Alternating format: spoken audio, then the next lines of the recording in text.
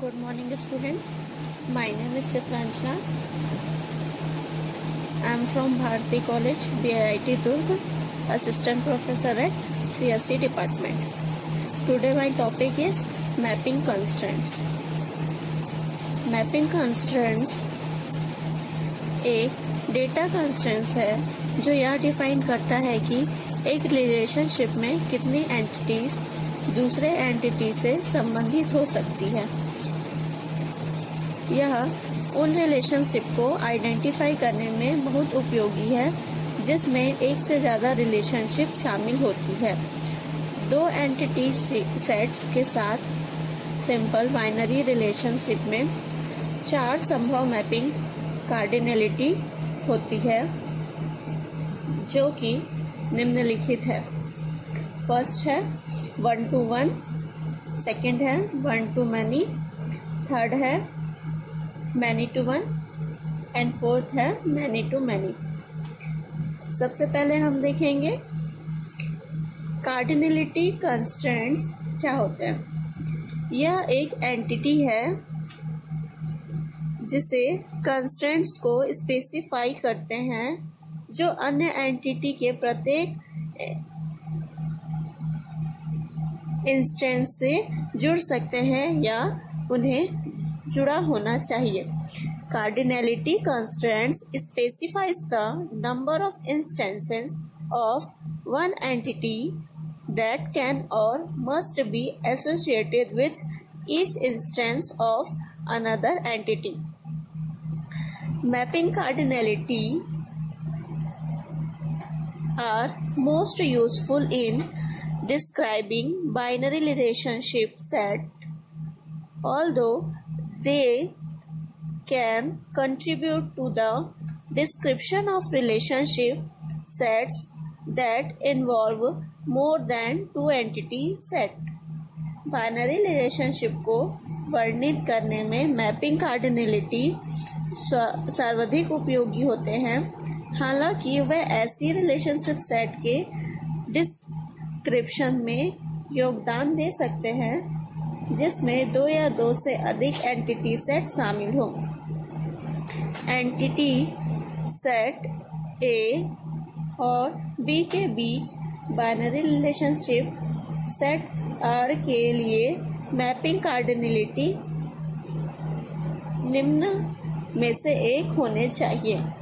Means for a binary relationship set are between entity set A and B the mapping cardinality must be one of the following. First is 1 to 1 cardinality. इसमें entity set A की एक entity set B की केवल एक entity set से जुड़ी हुई होती है और एंटिटी सेट बी की एक एंटिटी सेट ए की केवल एक एंटिटी से जुड़ी हुई होती है, इसलिए इसे 1 to 1 कार्डिनलिटी कहते हैं। An entity in A is associated with a most one entity in B and an entity in B is associated with at most one entity in set A। हम इस डायग्राम में देख सकते हैं कि set A entity set A and entity set B में entity set A के A1 केवल B1 से जुड़ा हुआ है, A2 B2 से, A3 B3 से एंड A4 B4 से। इसी प्रकार हम इसे सेट बी की तरफ से देखें तो B1 केवल A1 से जुड़ा हुआ है, B2 A2 से, B3 A3 से, वैसे ही B4 A4 से। नेक्स्ट है हमारा 1 to many। इसमें एंटिटी सेट ए की एक एंटिटी सेट बी की कितनी भी एंटिटीज के साथ जुड़ी हुई हो सकती है और एंटिटी सेट बी की एक एंटिटी सेट ए की केवल एक एंटिटी से जुड़ी हुई होती है, इसलिए इसे 1 to many कार्डिनलिटी कहते हैं। An entity in A is associated with any number zero or more of entities in B and entity in B, however, can be associated with at most one entity in A.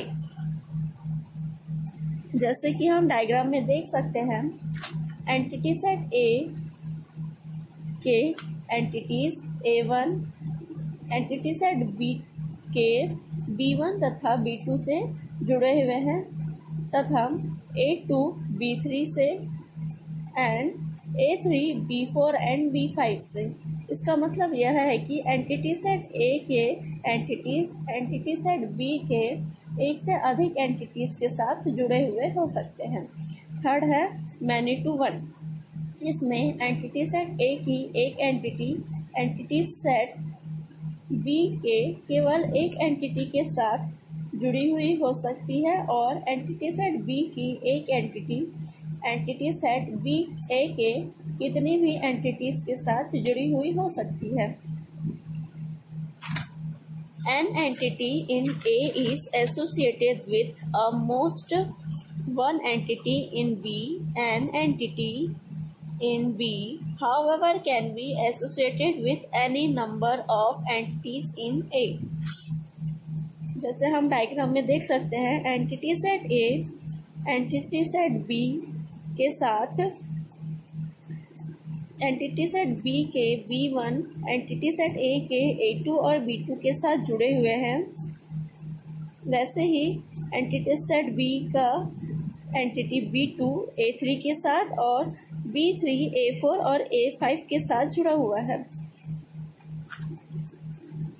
Next है many to many. इसमें entity set A की एक entity set B के कितनी भी entities के साथ जुड़ी हो सकती है और एंटिटी सेट बी की एक एंटिटी सेट ए के कितने भी एंटिटीज के साथ जुड़ी हुई हो सकती है। An entity in A is associated with any number of entities in B and an entity in B is associated with any number of entities in A. जैसे कि डायग्राम में देख सकते हैं हम कि एंटिटी सेट ए में एंटिटी A1 B1 और B2 दोनों के साथ जुड़ी हुई है, वैसे ही एंटिटी सेट A2 B1 के साथ जुड़ी हुई है तथा B1 A1 के साथ जुड़ी हुई है। सेम वैसे ही A3 और A4 भी A3 B3 के साथ जुड़ी हुई है और B4 के साथ भी A4 केवल B3 के साथ जुड़ी हुई है। वैसे ही सेट B के तरफ से देखा जाए तो B1 A1 के साथ जुड़ी हुई है तथा A2 के साथ भी जुड़ी हुई है और B3 A3 के साथ भी जुड़ी हुई है और A4 के साथ भी। वैसे ही B4 A3 के साथ जुड़ी हुई है। Thank you.